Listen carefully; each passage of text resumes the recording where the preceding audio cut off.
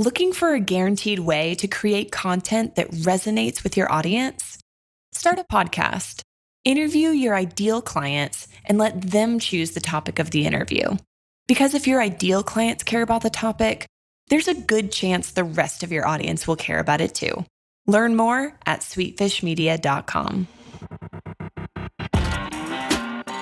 You're listening to B2B Growth, a daily podcast for B2B leaders.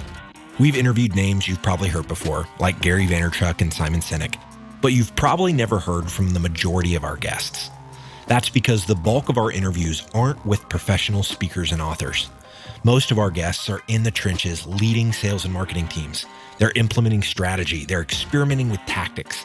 They're building the fastest growing B2B companies in the world. My name is James Carberry. I'm the founder of Sweetfish Media, a podcast agency for B2B brands, and I'm also one of the co-hosts of this show. When we're not interviewing sales and marketing leaders, you'll hear stories from behind the scenes of our own business. We'll share the ups and downs of our journey as we attempt to take over the world. Just kidding. Well, maybe. Let's get into the show.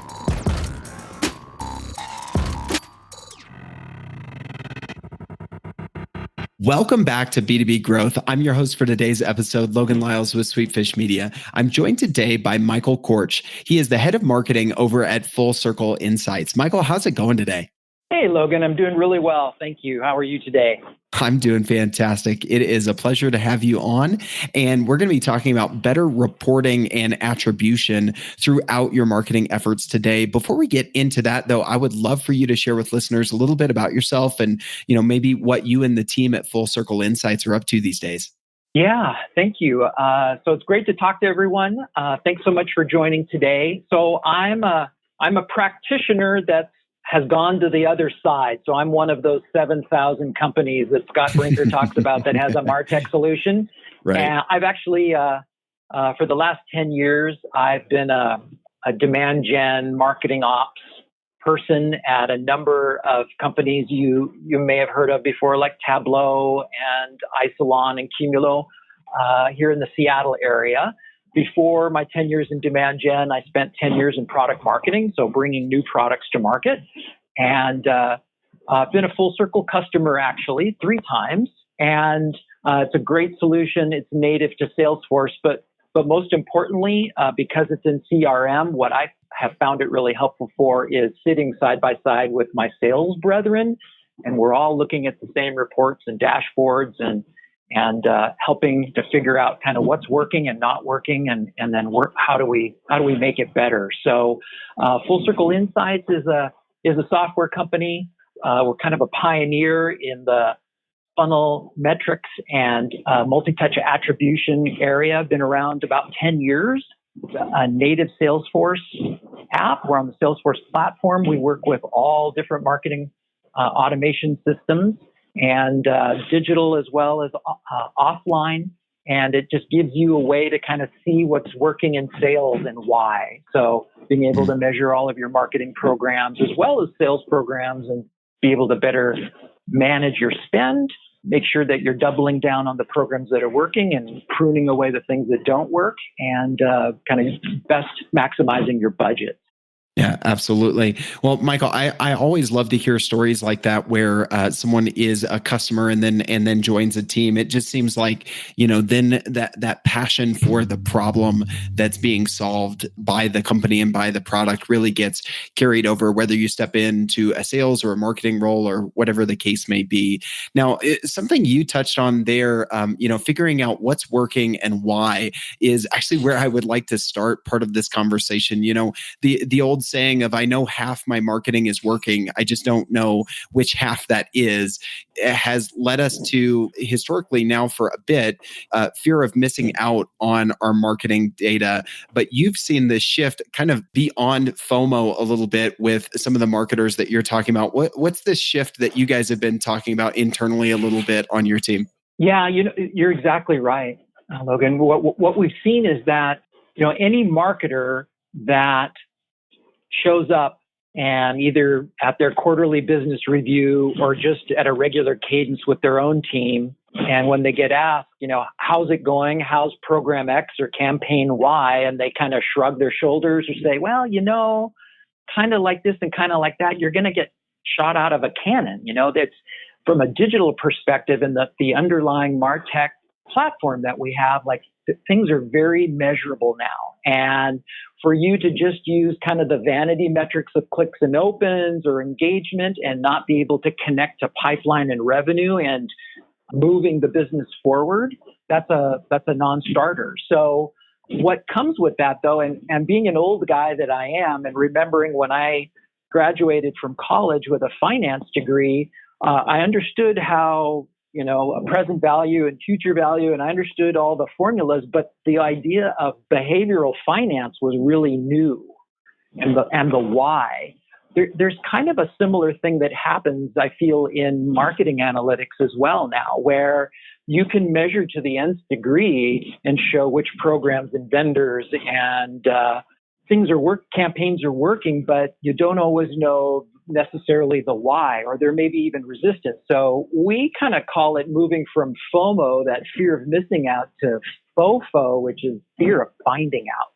And we've seen it with certain companies, prospects, as well as customers, that depending on who they're bringing to, a kickoff meeting and such, that there is some resistance in certain parts, certain teams, because they either are afraid that, I don't know what that behavioral situation where you think you're a failure or you're not contributing and you're kind of, you think you're a charlatan, kind of shows up sometimes with analytics. Yeah, that imposter syndrome is raising its head, right? Yeah. Exactly. Yeah. So we show up and you put these systems in place, and sometimes there's a resistance to even believe the data, because maybe it's showing that your favorite program, or where you doubled down and really, tried to cover a gap in your results for the quarter and it didn't pan out. Sometimes it's better to be in the gray area than it is to be able to be crystal clear. So it's a really interesting behavioral thing you have to get through. Yeah, I think you bring up a very interesting point, and I loved as you were talking about it with me a little bit offline, that we think about the challenges of attribution and reporting, but we often skip over the human and the psychological aspects to that as well. And so I think just bringing that to light, that we should be aware of those psychological elements. And then, you kind of alluded to something there, talking about, having some financial education. Part of the challenge for marketers as well is that, marketing analytics and reporting, that we don't have all of these standards. If you compare them to, financial reporting, where how to do a P&L is very well defined, and you can look at others that are doing it. You learn how to do it. And so can you speak to that a little bit, on kind of that reality and some of the challenges marketers are facing? And then we're going to get into some of the things they can do about that. But I think, speaking to it in those terms could be helpful for folks as well. Yeah, absolutely. No, you're exactly right. Where the financial profession has been around forever, and in the United States and other countries around the world, you've got these standards, these GAAP accounting, and you've got FASB, and you've got all these bodies and rule setting, and you work for a public company, there's a cadence, there's a type of report you have to submit at certain times, and they get audited by, obviously that kind of stuff doesn't exist in the marketing world. Maybe it will someday, I don't know, but it's kind of the Wild West in that regard. And that doesn't mean that answers are always wrong and people are fudging. It's just more, even when we sell to companies that are in the same industry, especially B2B high tech, which is what we kind of really specialize in at Full Circle, and you go from company to company to company, it can vary drastically on what they want to measure, or they're not sure what to measure.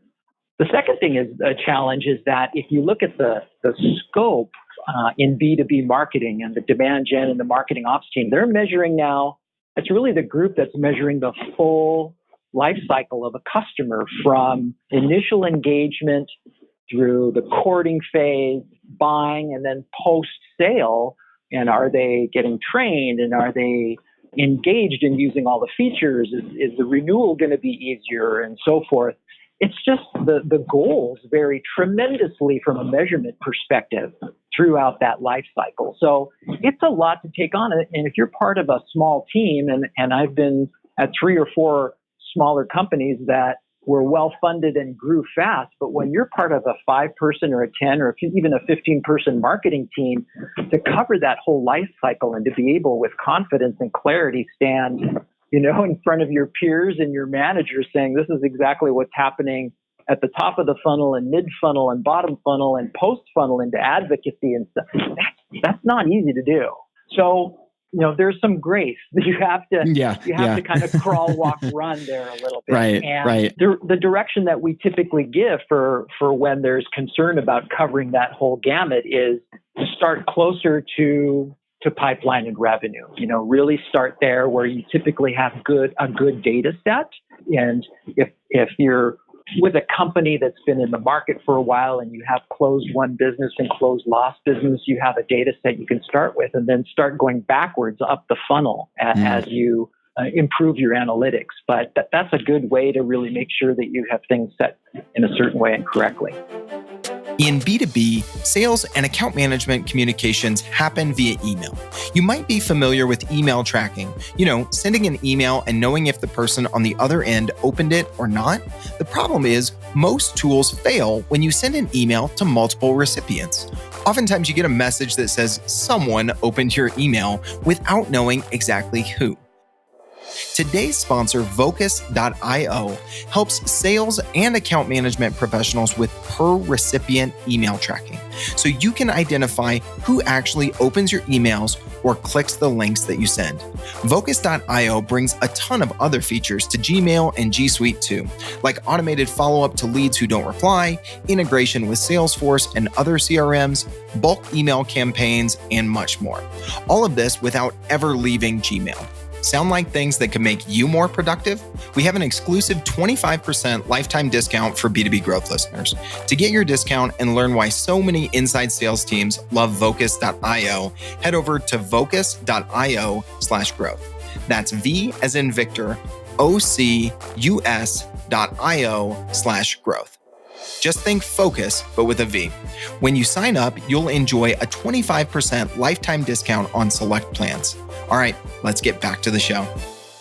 Oh, I love that. I think that is definitely, backwards from the way a lot of folks would do it, especially at early stage companies is, let's look at our conversions at the top of the funnel and we try and get down and it gets fuzzier and now we don't know how to connect it to revenue from the very top. But if you kind of reverse engineer it, starting with those close won, close lost that that you have and then work backward. I love that, especially as you give yourself some grace knowing that there aren't standards. And we also kind of have this psychological barrier to really wanting to find out what's working and what is not working. So, another thing that comes into play as well is you guys have seen teams that maybe have a good data set. They have great dashboards and attribution, but they're not looking at the same data as their sales counterparts, right? Absolutely true. And it comes, this is another rule number 48 as far as the sales and marketing alignment, discussion. It's a really important underlying factor. One of the smaller orgs that I was a part of that grew really fast when I was headed demand gen and marketing ops, and I was a team of one. When I first arrived and they had a small inside sales team, this was a B2B company selling high-priced enterprise systems. And what I found is that there was this enormous gap between marketing and sales. And this gap was marketing would go to a big expensive show and come back with 1,000 names and just kind of throw them over the wall. And it caused a lot of, it's great to get leads, okay, rather than cold calling, but it caused a lot of frustration because, as we know, not every single name in a spreadsheet is created equal in their value and their level of engagement. So it really took probably a year of work. I moved my desk over to the sales floor. I attended all the inside sales meetings. I was there to serve and help them be successful. They're the ones, this inside team were the group that were taking my work product of MQLs and turning them into engagement and conversations and opportunities. So I wanted them to be really successful. And I think just behaviorally, again, kind of coming back to our first theme, that bought me the opportunity for them wanting to share and to give me a chance. And it really was that gave me the opportunity to really understand, so what is a day in the life and where are you having challenges? And we started working together on lead scoring. We started working together on the quality of the data and what are the important elements they need? What can we get that through enrichment, or do we need to change forms? We went from being kind of a separate sales team and a marketing team to kind of the revenue team together. And in the space of 4 quarters, with no additional budget, no other special tools in the MarTech stack, we went from marketing contributing and sourcing 21% of the ISR meetings to 65% of the meetings. So same work product and level of effort, but because we were part of one team and we each wanted the others to be successful, it just drastically changed, the direction of the contribution that we were making to the company. Yeah, absolutely. A near 40% increase there is definitely something worth pausing and noting, what you did. And I love how you mentioned moving your desk over onto the sales floor and getting hand in hand with them for all intents and purposes. What are some of the other gaps that you see, Michael, as you guys talk to customers about doing better attribution, looking at their full funnel, finding out maybe what they don't want to find out, making black and white what used to be gray? What are some of the gaps or challenges you see other folks falling into or getting stuck by, so that some of our listeners can maybe avoid some of those common pitfalls? Yeah, absolutely. I have found that through customer conversations, prospect conversations over the last 5 years, is that the definition of attribution has kind of changed a little bit, that the scope has evolved, and that's not surprising as the tools have improved, and something that used to be more present in larger, more mature and more sophisticated marketing organizations is now more approachable and available and expected at smaller and fast-growing kind of SMB and commercial mid-market accounts. So one thing I would say is that people, I don't want to say hung up maybe is too strong, but they spend a lot of time wondering about kind of multi-touch and should I have the W or the even peanut butter spread, and they get really concerned about the model and which model is right. What I think some of the things that they miss and that provides equal value, it's kind of a yin and a yang. And I'll give you an analogy. Like when I've talked about and have implemented email nurture programs or multi-touch nurture, the other half of nurture is lead scoring. And you cannot do one without the other. Both will suffer if you do it that way. Because if your scoring is off, that means you may be promoting names to sales that they're just not ready. It's just too early. They're kicking tires still. Or even arguably as bad or worse, you're holding back names of folks that are like, this is a real prospect. They have showed a level of interest and engagement. They really should be getting a conversation going, and they're not being promoted. So, and when you should pull someone out of nurture. So to me, similarly, I think that there is a little bit of it's not avoidance, it's just maybe being unaware or underappreciating what I would call funnel metrics from attribution. And what I mean by that is, so funnel metrics, we all know the design of a funnel. I would argue that really nowadays it's more like a cycle, or we're always looking for some kind of visualization that resonates with us. Right. To me, the analogy I oftentimes will use is like waves on a beach. You get interested, and you can apply this to yourself, whether you're considering a B2B software purchase or I'm looking for a new car or a phone or whatever. You get this spike of interest. They may hit your site and they're kicking tires and looking at things, and then they kind of go away. Maybe their role changed. Maybe there's a new priority. Maybe budget went away. And it could be a lot of different reasons. And you want to make sure that you have a tool that can be aware of those cycles, the waves coming in and going out. That's something that we have. It's literally one field in Salesforce that custom field we add. And it's critical because When I've been to the site multiple times, or I've downloaded or engaged with content, and this is my third kind of wave on the beach, if this goes to an ISR, you shouldn't be opening with, would you like to hear about Full Circle and what we do? Where they kind of already probably know that. And it should be a different kind of conversation and question. So the funnel metrics are really, what are the sales stages you have? And what's the conversion rate? What's the velocity through the funnel?